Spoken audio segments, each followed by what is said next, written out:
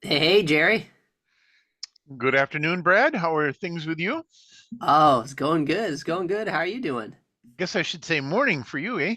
Yeah, it's morning. It is morning. Things are going well here.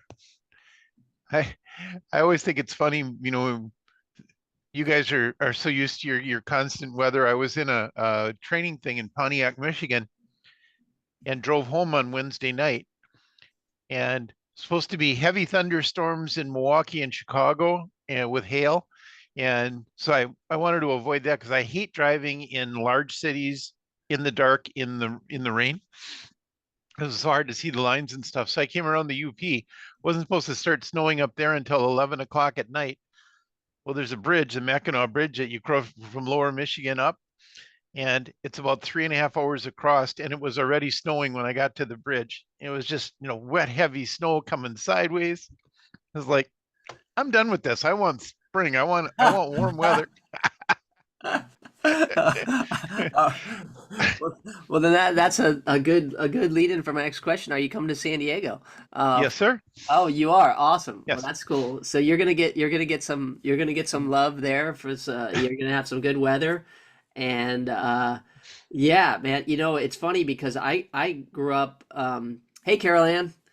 Um, so I grew up, outside the DC area, and we would always travel to Cleveland, where my parents are from, and Uh-huh. so we would have to go what they call through the Pennsylvania Turnpike, and and it would be like, and then the Ohio Turnpike, and there were so many times that like. And my parents we're big on family, so we would go there sometimes Thanksgiving and Christmas, but almost always Christmas. And Hmm. it's an 8 hour drive. And it was just like how many times it was like near death experiences because of the snow and the ice. And I was just like, okay. And I remember my dad was just like, at one point, he's just like, I'm just not doing this anymore. It's just like, that was Yeah, it. That was I it. got a little over halfway across, and it was closing in on 10 o'clock, and I'm going like 35, 40 miles an hour, and visibility was awful. And it's like, whatever hotel is in this next town, that's as far as I'm going. So, Oh man, that is hilarious. Man, I feel for you. So I mean, when does it start to thaw out? Like when does it stop? Like actually stop snowing? Is that like May, or is it still you still get snow in like beginning of May or April or? So the latest snowstorm that I remember is like around May 5th. But it can get fairly cold during May, but very rarely does it snow. But 5 years ago, like around the 20th of April, we had a snowstorm that like got stuck over the top of us. And we got almost 2 feet of snow in April 20th. And it was just this wet, heavy snow, and roofs were collapsing, and it was just freaky. Wow. Wow. Not like house roofs, but a lot of dairy barns with the big expanses of roof, and some of those didn't hold up to. I mean, that was way above normal snow load. Just you don't get that much normally here, so can't blame the designers. Yeah, I tell you that's one of the reasons why I moved to California. I was so sick of like the water temperature was like 43 degrees in the ocean, and and plus it was just growing up I mean have to drive to the beach. It wasn't it's still Rehoboth Beach. what's that? Yeah, I grew up in that beach. did you really? That's where my grandparents lived. No Because way. I'm from New Jersey. Yeah. That is so cool. So we would always go to Ocean City, Maryland, and then we'd always go to the Rehoboth Boardwalk and Yeah, Funland. Delmarva. Like I'd surf what's the name of that inlet there? I'd always go surfing at gosh, now I'm trying to remember the name of it. It's like I forget what it was, but it's in Delaware. Delaware is awesome. Wow, that's a small world. I didn't know you that was a place you'd grew up in. Freak. Yep. Funland. Yeah, that anchored my love for the ocean, just being around my because like That's a nice ocean. And those beaches are better than our beaches. You have to admit. That beach isn't clean and it is. It's and clean. the ocean's warm. It is. It is. It's just it's a really special place. I mean, people are super. I don't know. I mean, at least my perception when I was younger, why I had that anchor of like, oh, the beach, fun, love, great place, because like my family would come there and like they would be so like be the happiest time of the year. Like they're on vacation and like people were on vacation. They're all, having a great time. And the only bad experience I had is one day we were on the beach and some man had a heart attack, and I felt really bad for him. I was just laying there. I was like, oh my God. But other than that, I mean, it was just those are great times. Great times. So you lived there for how long, Carol Ann? Well, I'm from New Jersey originally, and my grandparents lived in Rehoboth, and they had beach houses on the beach. Okay. That Okay. like since my great grandparents. So Oh, cool. that's where I would go summer, at least for the first 15 years of my life. That is so cool. I love that. I love that. Yeah. So where in New Jersey? I have so many friends from New Jersey. Somerville, Sussex County. Okay. Yeah, yeah. So I have a good friend he's from Sparta, and Oh yeah, Sparta's in Sussex County, right? I don't know. I'm not I sure. live by Sparta. Okay. Yeah, Yeah. a good buddy of mine. He's actually well, he's my age now, but he's still doing this. He's doing one of those American Ninja Warrior guys, and Mm. he's like on TV, and he has a gym in Colorado and everything. But he was my roommate in college. Hmm. Yeah, yeah, it was super cool. It was super cool. Well, we got a small group here today, which is kind of cool because Charlie's got boy duty. He's got his wife went out of town for a break Monday and Tuesday, so he's got all Hmm. four boys, and I just said, man, just enjoy the time with them. Like, so let me jump on here, and I've been thinking of a lot of different ideas of how we can really maximize our video and our reach. And the first one was kind of an easy one. In that, and I'll bring it up again when we have more people. But it's kind of developing a like group, so that we can boost each other's posts.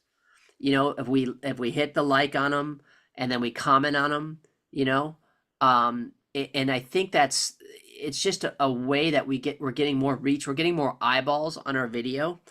I mean, this works for on our regular Facebook page if we're posting stuff anyway. We just know that does that, and the same thing with our business pages.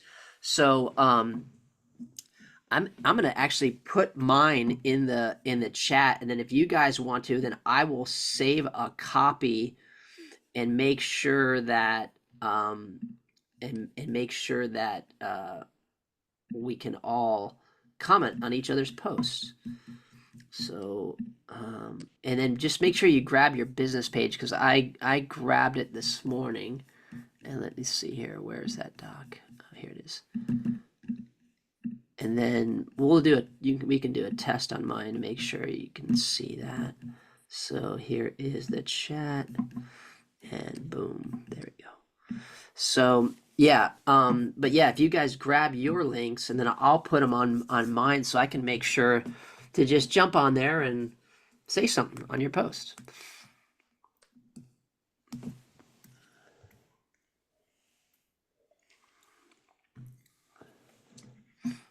Does it have to be our business page? Well, I mean, since that's where we're posting our videos for referrals while you sleep, that would be the best thing to do. I think. I'm certainly open to doing both. Whatever can help you guys. Like if you guys do a real estate post and you're like, hey, I put this on my personal page, and you send you send out an email or something. I'm happy to do that.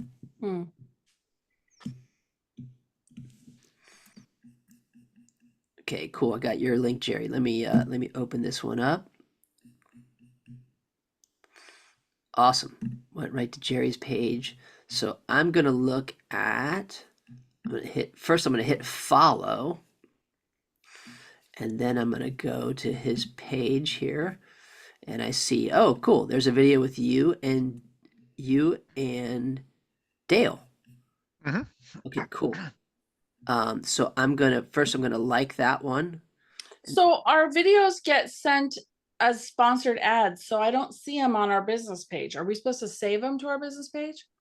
Oh, so what we're doing, Carol Ann, is we are actually starting to post on your actual. So they will be ads, but they'll also okay. be post. Okay. Because what we, I keep saying we, the royal we, Charlie has found that that through their it kind of helps boost each other. So you have a post here, and then you have the ad here, and they kind of feed off of each other. However they do that through his programming stuff. I mean, one day you guys just have to see what Charlie does in his programming. It actually blows me away at how smart he is with that stuff. But anyway, that's to answer your question. Okay. So I don't know if yours has been done yet. If not, we'll get on it and do it.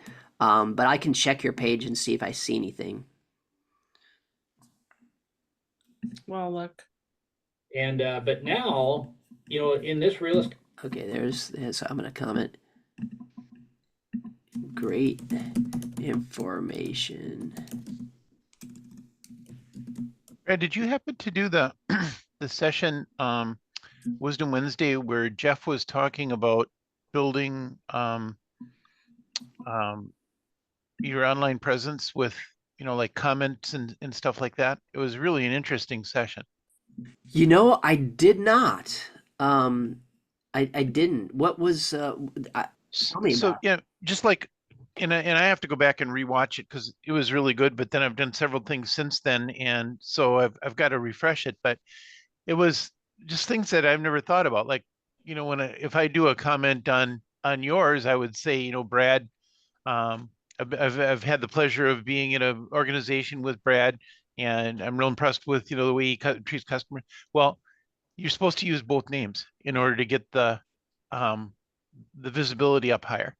And so your full name would be something. And it was just a whole bunch of tips about making you more visible inside of Google.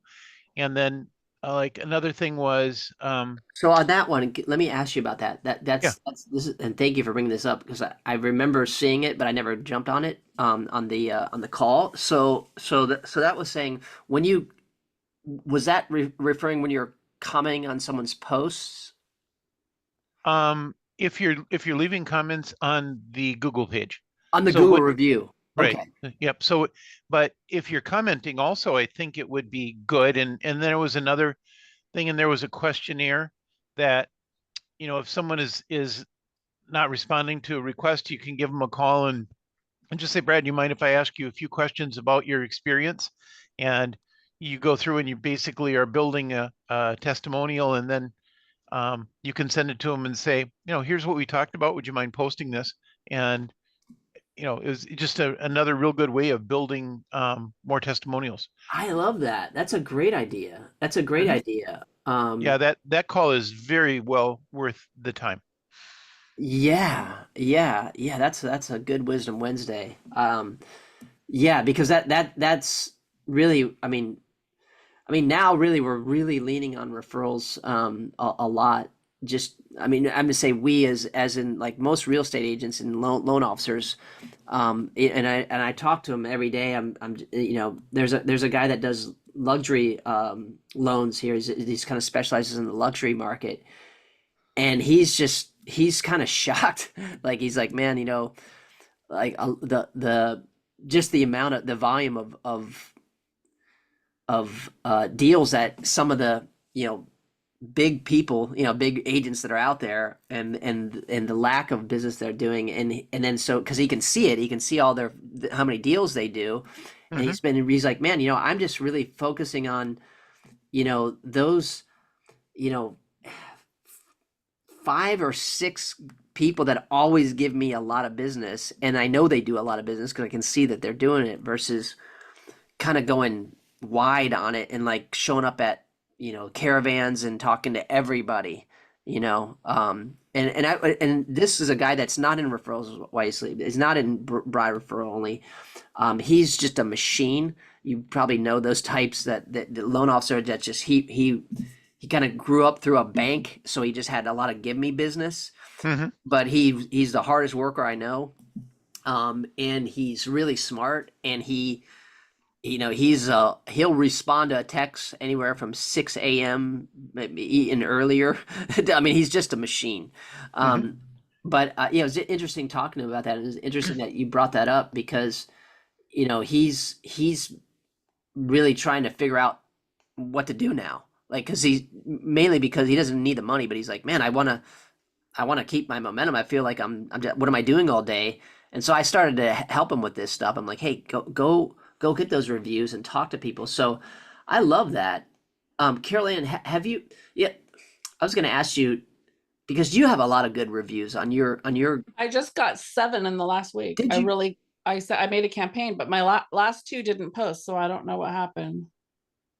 Yeah, it's weird. Jerry's that he commented on mine and it fell off. Like I don't know why. It's like he gave a great testimonial and it didn't stick. For what reason I don't know, but that's interesting. But you had 7 and then 2 of them fell off. Did those other ones? Remember a while back you said that some of them also came off. That was just the technical difficulty. It went away. They don't have that problem now. But I had a client I just closed on, and she tried to post it twice and couldn't. I've had that too when I've had a closing and I've asked for somebody. They say, yeah, I've tried to do it, but they say, oh, link didn't work, or I posted and I didn't see it, and so. It's a little frustrating. I guess the only answer to that is volume. Like the more people you just have them do. Well, you just can't also do them all at once. So I did 7 in the week. I think that was not good.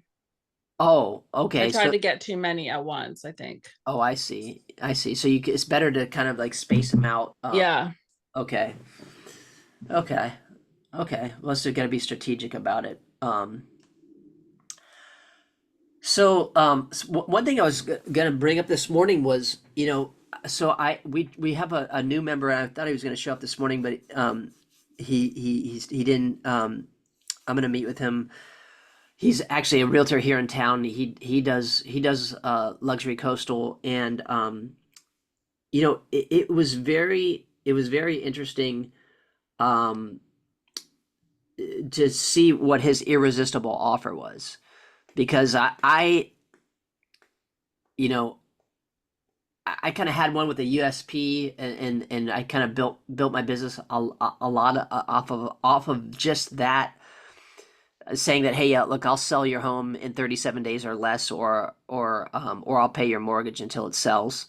So I used that. That was kind of my USP, and I got a lot of business. But what he was doing, because that's not really that great. I mean, that was for more for when I was hunting and chasing a lot of business. And now since I've over the past 5 years kind of settled into this referral, lifestyle, and really this better income and better life. Um, I asked Tim Tusa is his name, and I said, tell me like what is what are you doing to go deeper with your past clients? Because yeah, I got to lean on them, man. I got to lean on them because I'm going out for these listings and I'm getting beat out, and I'm figuring that if I can take some of that energy that I was essentially wasting on that and just go deeper on my people, and I'm like, yeah, definitely.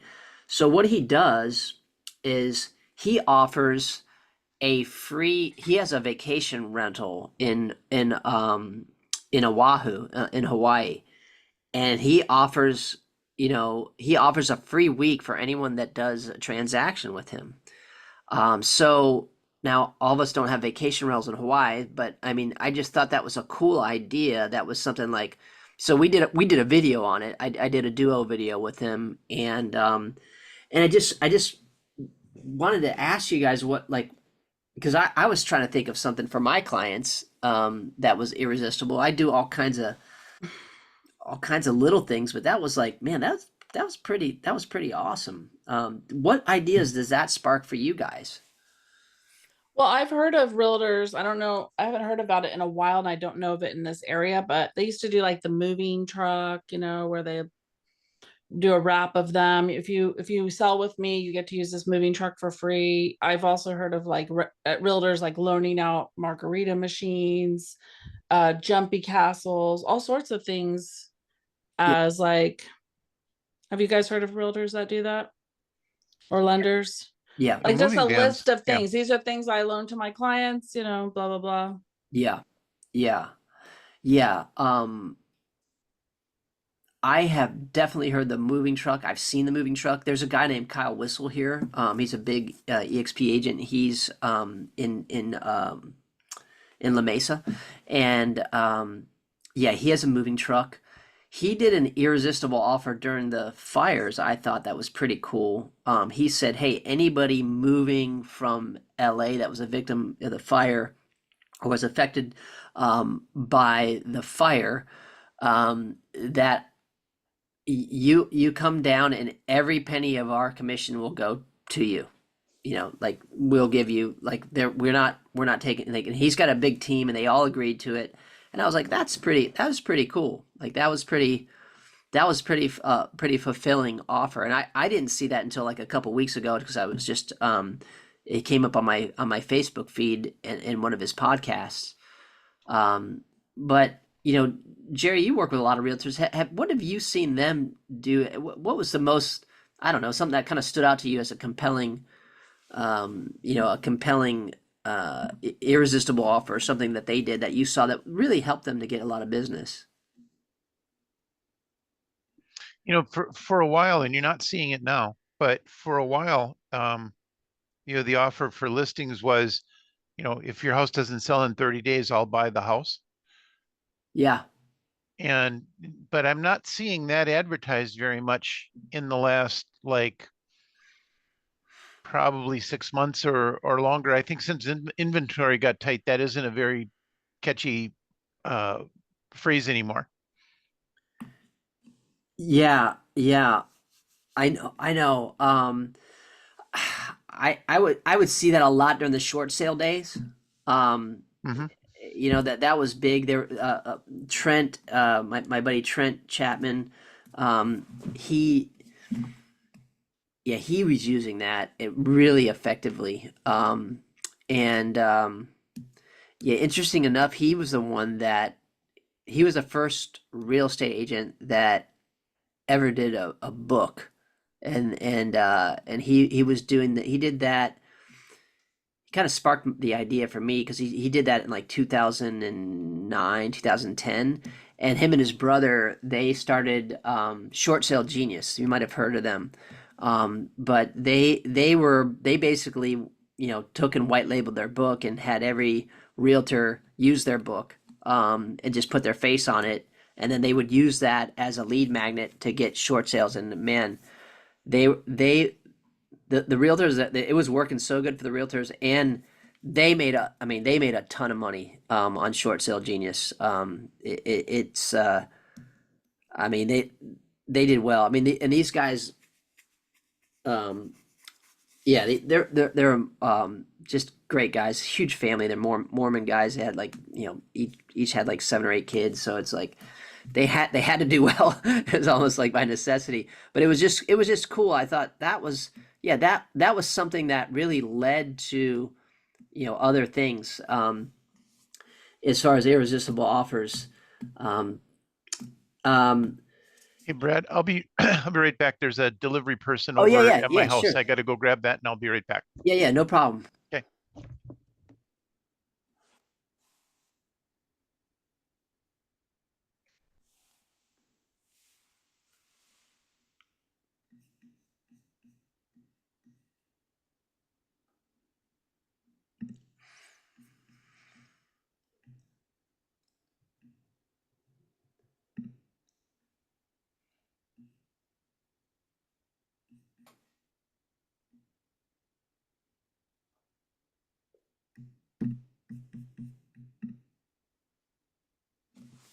So I'm just bookmarking these like pages here. And so that way I have Carol Ann's and I have Jerry's. Okay, perfect.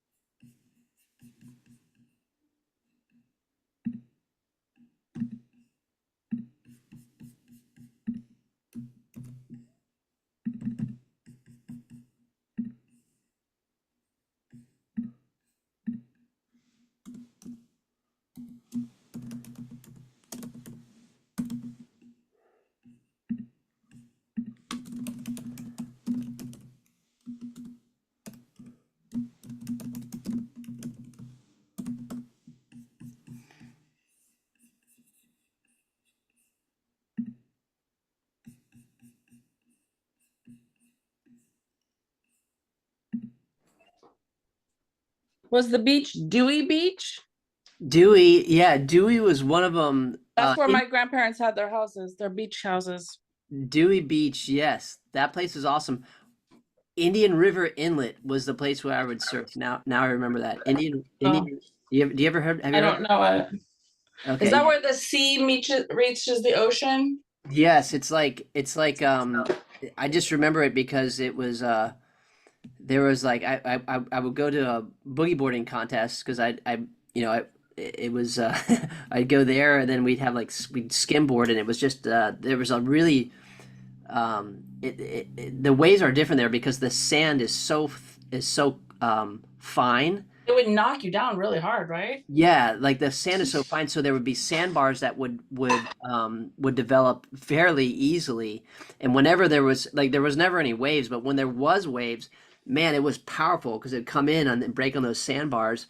And yeah, so yes, it would knock you down. Yeah, I just remember being like rolled many times when I was young in that beach. Yes, it would knock the crap out of you. I remember right there. You remember there? It was it was so funny. Like they had all those blow up rafts were real big, and Oh, yeah. I would ride those rafts, and it would be like I would get slammed so bad. Oh, Um, yeah. and then there, you know, there was the boardwalk was always super fun. Love that boardwalk. It's still really cool and really cheap. It's just expensive to stay there. My family rents a house every summer there. Oh, really? I go occasionally, but I don't like the whole communal living with the extended family. Oh, yeah. But they Yeah. rent a house and they're very expensive, like $10,000 for the week. Oh my gosh. Okay. So, But so the what? boardwalk is still cheap and the same. So they have like remember that store Gems and Junk? That was like one of my favorite. It was like I don't remember that. it had a lot of it was a boy thing. Had a lot of gag gifts like a switchblade comb and like like just things that were stupid for boys like whoopee cushions and I don't remember. the shake your hand with the buzzer thing. You mean if you won a prize? No, it was a store just full of Oh. like literally gems and junk. Like I just remember begging my parents to always go in that store. Well, the junk was probably better than them. I'm sorry, Jerry.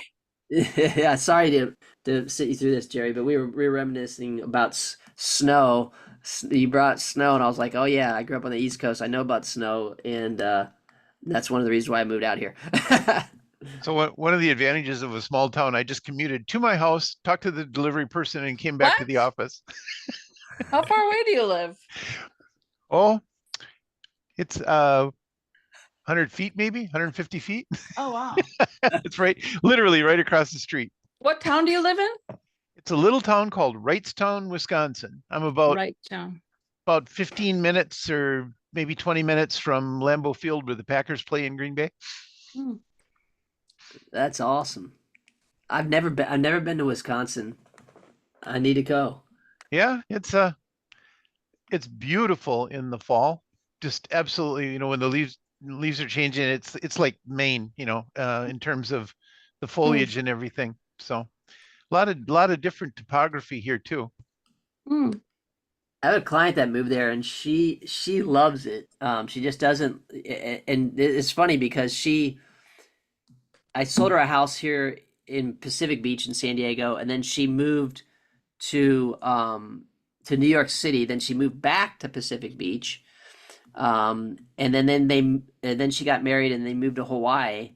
Then they moved back to San Diego, and then they moved to Wisconsin. So I was like, I'm wondering how long she'll be there, but she loves it. And that's one thing I do remember about the East Coast. I really did like the fall. It was kind of cool. It was always just coming out of that, just super humid, hot summer, which I actually love too. But don't you feel like Christmas never feels the same as living in snow? No, it doesn't. It's just like, it feels sad actually. It Being doesn't. even gorgeous here, when it's gorgeous, like I can't believe it's Christmas, it's supposed to be snow. Yeah. It's sad. I don't know. Yeah. So you just remember it. I feel that same thing too. I think about like what specific memory do you have that like anchors that for you? Like Driving through to go to my grandmother's house, there's snow, the street lights are all decorated. Yeah. On Christmas Eve or something, the snow coming down. Yeah. It's just that snow and the street lights and the decorations and all of it together. Like it's just. I think that the reason why I asked, I think it's a good video. You can be like, hey, I remember this, and just for a holiday video, you can talk about that because it's kind of cool. Like so you just remember like driving and seeing the snow, and like for me, it's just feeling the cold. Like I mean, I was in sports all the time in the winter, so we come out of like wrestling practice and it'd be like ice cold outside, so it'd always be like, and then just But we had no problem playing in it as a kid. I mean, the first day of snow, we can't wait to go outside and spend hours in it. I actually sent a message to my mom the other day because they had snow on the Outer Banks in North Carolina. That's where they live in Kill Devil Hills, where Wright brothers flew their plane or whatever, Kitty Hawk. Oh, Yeah, and so and rarely snows there. It's an island on outside of, off of North Carolina. And my mom, they grew up in Cleveland, so that they are done with snow. And so my mom was like, "Oh man, the snow's back." But I wanted to like kind of infuse some positivity to her. So when you shared that memory, that brought back this memory of like the first time I saw snow. Do you remember that when you first time you saw? I mean, I would grew up in snow, so I don't remember there being a first time I saw snow. I just remember the first time I saw snow. I was probably like maybe 4 or 5, and my mom like was like, I remember being in their bathroom, and like she opened up the window, and like I looked out and I saw the place, where I'd play by the trees and stuff, and it was like it was all white. I'm like, that was like I don't remember a whole lot of things when I was little, but that one I remembered. I don't remember that because I grew up. I mean, I was there. Where did you grow up? Where in Maryland? Yeah, in Maryland. So I grew up in What Maryland, city? in Rockville, Maryland. Okay, my mother's best friend lived in Bowie. Oh, boy, yeah. So I was born in Bethesda. Bethesda's close, isn't it? Yeah, but it's all around the Yeah. cesspool of DC. It's all Baltimore. yeah, yeah, yeah. Well, I'd always go to my dad was a big Orioles fan, so we would go to the games all the time, all the baseball games. But you were in New Jersey, so and so you guys went to your grandparents every summer. Yeah. Cool, that's so cool. Yeah, I look forward to that. So I was also trying to think about how we get the most out of our, like when we do our videos, and I was thinking about, there's like who's selling the most, because like, I think most of the agents want listings, and Jerry, I don't know if this will help when you're talking to your real estate agents, but most agents, they want the listings now because that's where the business is. They know they're probably going to sell just because the inventory is still low, even though things have slowed down. If you get that listing, it's golden. So who's really selling the most? I mean, in terms of demographics, it's just a massive baby boomer sale. Like a lot of them are selling homes. They're downsizing or passing away, and there's inheritances. But I was just thinking, just in general, like what do baby boomers need? What do they need in doing videos geared towards that? Like I always think about your team of pros, your service providers, and how you become a hero for the baby boomers. And like most baby boomers, they need some kind of estate attorney. That's usually big for them. I mean, it's always shocking to me. I don't know if you've experienced this, you guys, but how many people don't have a trust set up? Or don't have it updated, or don't understand that everything needs to be in it. Yeah. The attorney where they like to use is not fully funded. It's and I think that's. I mean, I've got a ton of video ideas. Like when people do, you can say, hey, what I title this one? Oh yeah, how I can help your friends and family avoid this mistake in real estate. And that is not having your trust fully funded, because what happens, Jerry, you've probably seen this. You go to refinance, you take it out of you take it out of a trust, or take it out of an LLC, because the stipulation was it had to be in their name, and then they forget to put it back, and then all of a sudden they find themselves, their heirs find themselves in probate. Yeah, I don't remember a situation like that, but and one of the cool things, most of the stuff that we're doing now, like for investment properties, we're starting to get investors that allow the LLCs. So we don't run into that issue as often as 3 years ago. Yeah. So tell me, Carolyn, what do you think about that, in terms of like, having estate attorneys and, like, really kind of highlighting them so that you're a hero to them. Yeah. And also Proposition 19, a lot of people don't know about that. That you have Proposition 19, don't you? Yeah. Yeah. A lot of people think that you can't go up in value. I like that. That's a great, I'm going to put that one down. That's a great idea. That's part of the whole baby boomer conversation. Yeah, that's a good one. That's a great video idea. I like that. Trusts, transfer. A lot of people want to be on a single level, carrying their property tax base. You're talking about like a baby boomer conversation in general? Yeah. I mean, because, this is the thing that a lot of agents that we help, they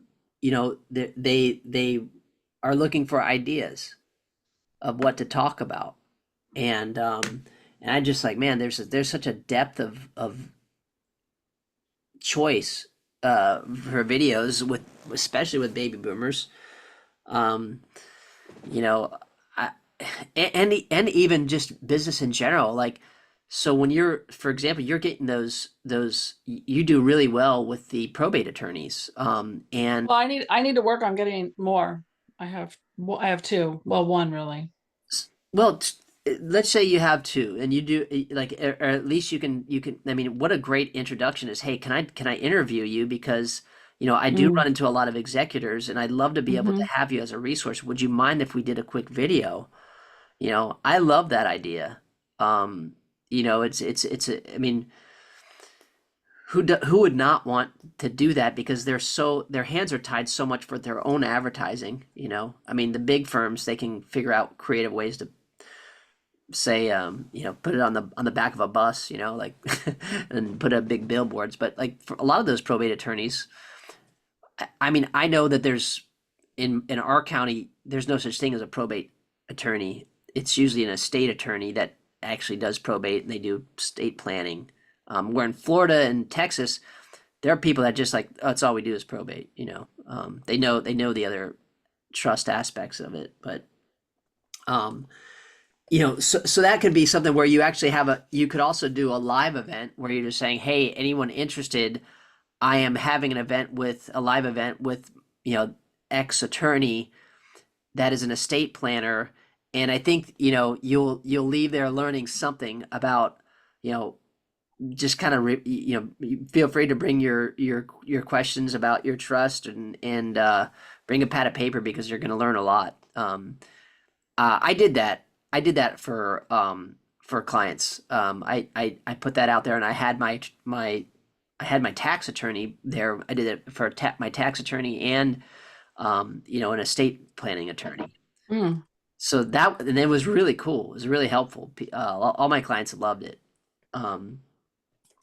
So that's an idea. I don't know if that. I kind of stumbled across something, as long as we're talking about baby boomers. Everybody that does reverse mortgages, they always promote that you don't have to make payments anymore, which is a true statement. You have the right, but not the obligation, to make a monthly payment. But what I've been showing is an illustration of, and I just did it for my wife and I. If you do a reverse mortgage and then you continue to make payments, the line of equity is going to climb at the same rate as the interest rate on the mortgage, so 5-6% at this stage. And then if you're making monthly payments, your principal balance is decreasing, so the equity keeps growing.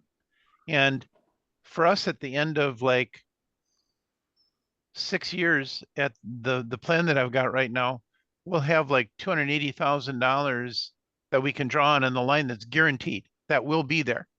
And so, in-home healthcare, or, anything like that you need to have, your house becomes the automatic go-to, without having to tap into the rest of your resources. Your ATM machine. Yes. Can you say that again? My mind wandered a little bit, honestly. I'm sorry. Sure. So instead of taking a reverse mortgage and then stopping making monthly payments on it, Okay. we're going to continue to make monthly payments. So the line of credit that you get with a reverse mortgage Yeah. will appreciate or increase at the same interest rate as on the mortgage. So 5.5 or 6%. And Carol and I are going to continue to make monthly payments against the mortgage. So the principal balance is driving down. So because the line of credit is increasing, the principal balance is going down, that gap in there becomes the amount that's available should you need it for long-term health care or anything else in the future. Oh. And I showed that to my financial planner and he's like, I've never seen this before. So I intend on, getting out to several planners and showing them the way that works. Yeah, I'd have to see that on paper, because like, why not just take an equity line? Well, two reasons, Carol. One, the equity line is only the size that you take it out. Originally, the equity lines don't appreciate. You'd have to redo it. And secondly, I don't know if, back in 08 when the market values declined, the banks could freeze the equity lines, and that Right. can't happen in a reverse mortgage. That increase is guaranteed. Interesting. So what, I mean, so what, because yeah, I got I got lost in the thought of that. Like, so I understood the part of, okay, you get a reverse mortgage and the line of credit that you get from that reverse mortgage that appreciates at the rate that it's at right now. They're adjustable, Brad. So whatever the interest rate is at that time, is what the increase in the line of credit will be at. So Okay. the purpose there is to cover that your line of credit always covers what your balance is if you're not making payments. Okay, I see what you're saying. Okay. So is there ever a time when the interest rate is lower than what the interest rate that they have on their mortgages? No, they're tied together. The Okay, appreciation of the equity line will be at the same interest rate that they're paying on the mortgage at that time. I see. Okay, so it's always zeroed out, and the reason being that, hey, they never have to worry about missing a payment because it's always there. Correct. And it just automatically comes out of there. Right. Okay. And that amount, that's based on the equity that's in the house. Is that correct? The what amount are you talking about, Brad? The line of credit amount that they have access to? The line of credit is determined based on the value of the house and the age of the youngest borrower. So those two are factored in, and that tells you what your line of credit starts at. And then, as I said, as you make monthly payments, your principal balance is going down, your equity line is going up. So the spread that you have that you can work with keeps increasing. Okay. Okay. I get it. What then? What? So why? And back to Carol Ann's question again. Why is that better than just getting a regular equity line of credit? So an equity line isn't going to increase without redoing it. Your equity line is It's set set. at whatever you take it out at. Okay. Okay. And then the second thing Okay. is, in the language in all equity lines, second mortgage equity lines, basically, the institution has the right to freeze the equity line if there's, in their perception, a decrease in the equity of the property.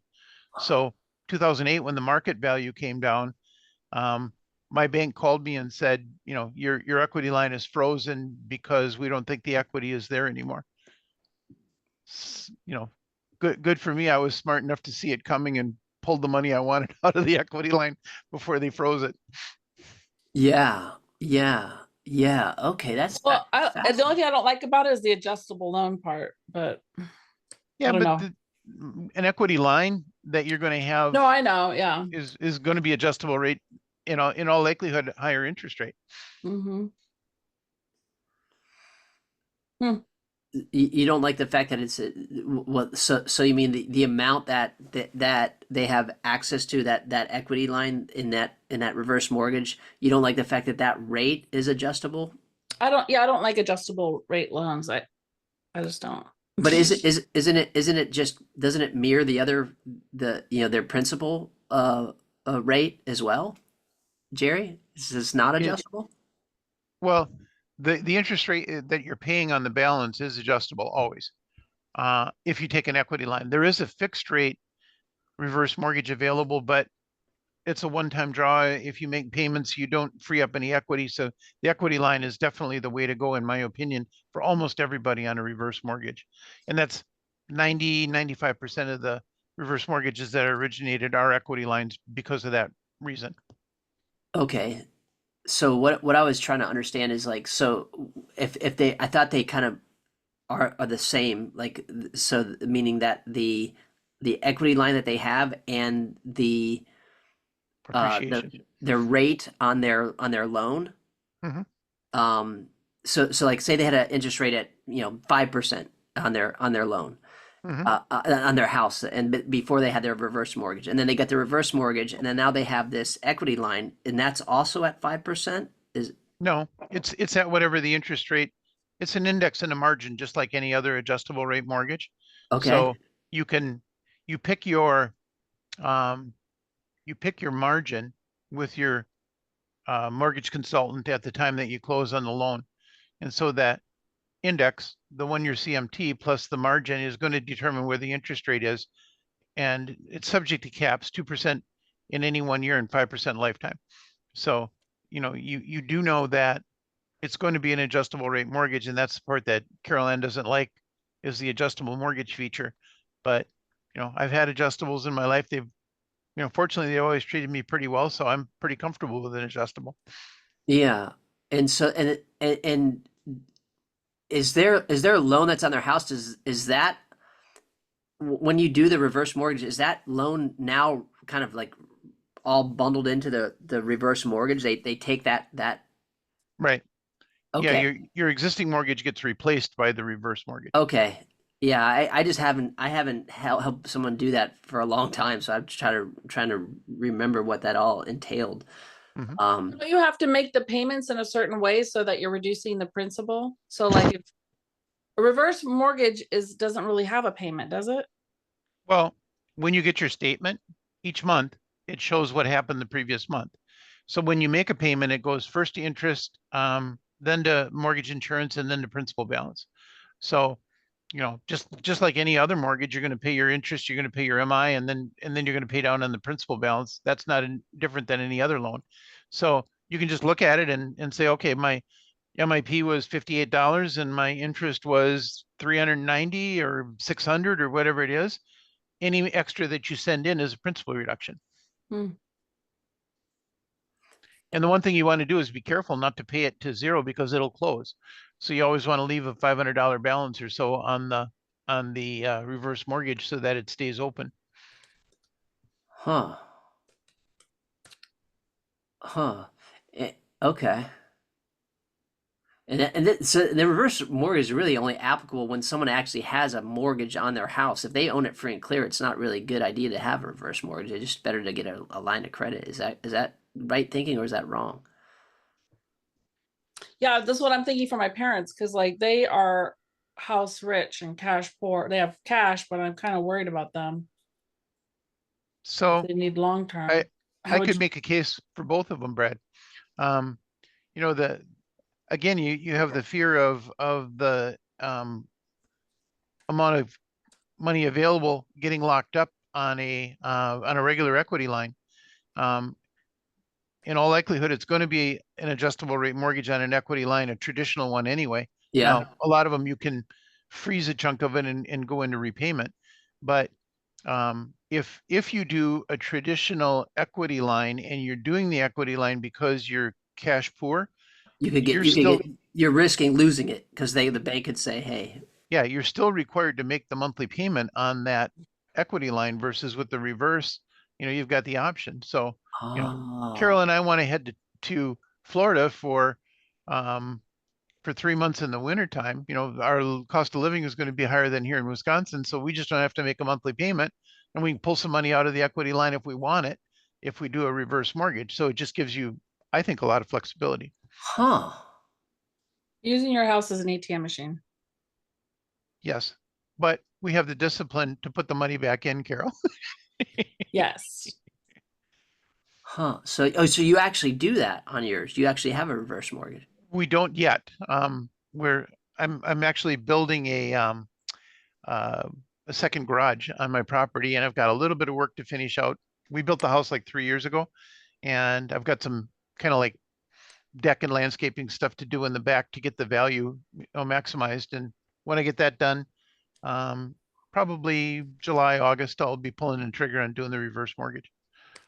Wow, wow. And so that makes it to where you're not required to make a payment on that, whereas the equity line, the negatives on the equity line is you're required to make a payment, and you're risking it being canceled, if they determine, that your property value goes down or something like that. They don't necessarily cancel it, but they'll freeze it, Freeze it. So now you got a worst case because you've got theoretical equity in there that you can't access, but you still got to make the payment. You still got to make a payment. Yeah, that avoids that worst case scenario, and you like it because, okay, so you still have the opportunity to pay down the debt on the mortgage, but you're not required to pay down the equity line. Is Correct. You don't have to pay it down if you don't want to, yeah, but okay. it's an option. And that's an option, and that leaves a gap that kind of helps you if you needed to go to if you need it for living for rest of your life. Right. Okay. And so what happens to the reverse mortgage, like when someone dies, like what happens if they had a reverse mortgage? So like with Carol and I, if anything happens to either one of us, nothing happens with the mortgage because there's still one of you residing in the house. And Right. at the time that both die, it's basically very much the same as any other mortgage. The heirs are going to pay off the balance, and with the sale of the home, and the remaining equity is comes to them. Or if let's say in the unlikely situation that the house is way upside down, then the reverse mortgage is the only mortgage where the property owes the balance, not the borrower. Yeah. So if the equity is completely gone, they can just give the house back to FHA will pay the claim on it, and the house will get sold. And then the third option is the heirs can always buy it for 95% of the appraised value. So Huh. if the appraised value is 600,000 and the balance is $1 million, they can buy it at 95% of 600,000, and that's guaranteed in the terms of the loan also. Wow. Okay. So if you said that the value is $1 million and they owe 600,000. The other way around. Oh. Okay. Oh. Okay. Yeah. If the market had crashed, Market crash. Yeah. the value is 600,000, And but it's they $1 owe $1 million. million. Yeah. They can heirs buy it at can buy it 95% of Right. 600. Okay. Yeah. Well, that's cool. And then the other way is just like it just just like a regular sale. It's like, oh, okay, you just have to pay off whatever that reverse mortgage amount was, and however much they drew off of it. And the kids still get the whoever inherits, they still they get the whatever the difference is in the equity. correct. Man, I haven't. it's been many years since I've done that, and I'm trying to remember how that all worked. See what happens when you just do probate coaching and start doing referrals while you sleep. Yeah. When you're usually at probate, you're a little late for the reverse. Yeah, well, yeah, I know, and usually, yeah, exactly. It is too late, and usually when I'm helping agents, I actually love it because it's just the honey on the pill. It's just like, I'm going to show you how to make more money, but it's really my thing is really helping them to be better people and just live a better life. Like actually one of the things I wanted to share with you guys before we take off, and we could do a video if we want to, if you guys want to, but so two things that because unfortunately we're all getting older. Posture is so critical, and this will actually help us get listings and sales. By the way, it's just a kind of a upside down way to think about it, but it's so if you just think of a string on top of your head and being pulled up like so, this is your, you know, this is how we want to keep ourselves sitting. This is how we want to keep ourselves walking. This is how we want to keep carrying ourselves. So if you can just think about that little string pulling you up from your head, and there are so many psychological changes that happen with good posture where you're just you become so much more magnetic. You feel better because you're breathing better and you're able to think clearer. And so I just wanted to kind of leave you guys with that thought of just that little string pulling you up and seeing how that affects you, because like I noticed that when I do that, I feel better and I feel And stretching too. oh man, there's so much. Yeah, we all need. If you don't move, you won't move. Like you gotta stretch. I'm big on that too. But I was just thinking, like, what's something that we don't have to like? It's not a whole lot of effort other than just thinking about it. And when we think about that little string, when we're sitting or we're standing or we're walking or talking with people, it is pretty amazing how much better we feel when you know, it's like, you know, the little song we used to sing in first grade was stand up straight and sit up tall, you know, but it's like, this is such a little hack. And the other thing was the number one thing that's destroying people's posture is of course the phone. So, you know, this is, I get a, my daughter, I was like, that's weird, Dad, but I don't really care. I now look at my phone like this when I'm looking at it like this, because if I'm going like this, like I'm gonna feel tired. My digestion is off. You know, just like everything is like we're cramped. We're not getting enough blood flow to our organs. So this is the new way to check your phone or to do it is you're. Anyway, I thought I'd leave you guys with that. Do you guys want to do a video? I mean, or do I you guys? can't right now. I have to hop off for another call.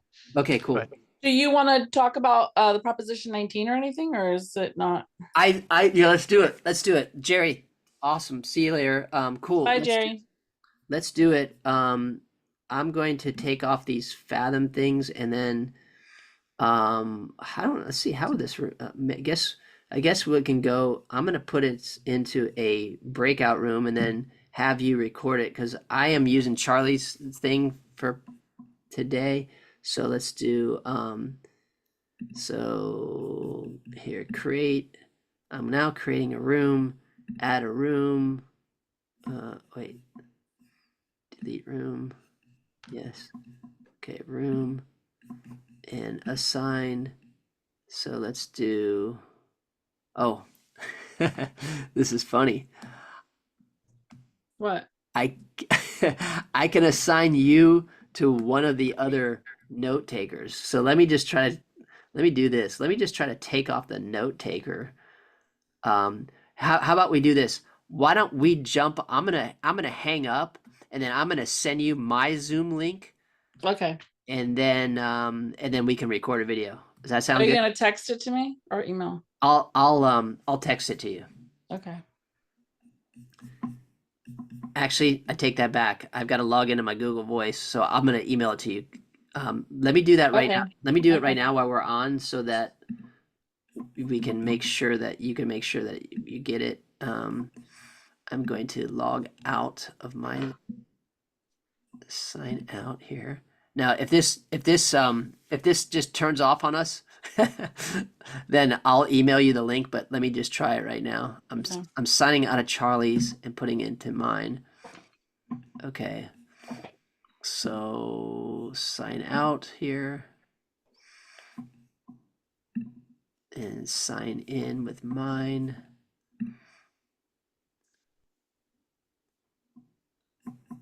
Okay. Join. No, host. Yeah.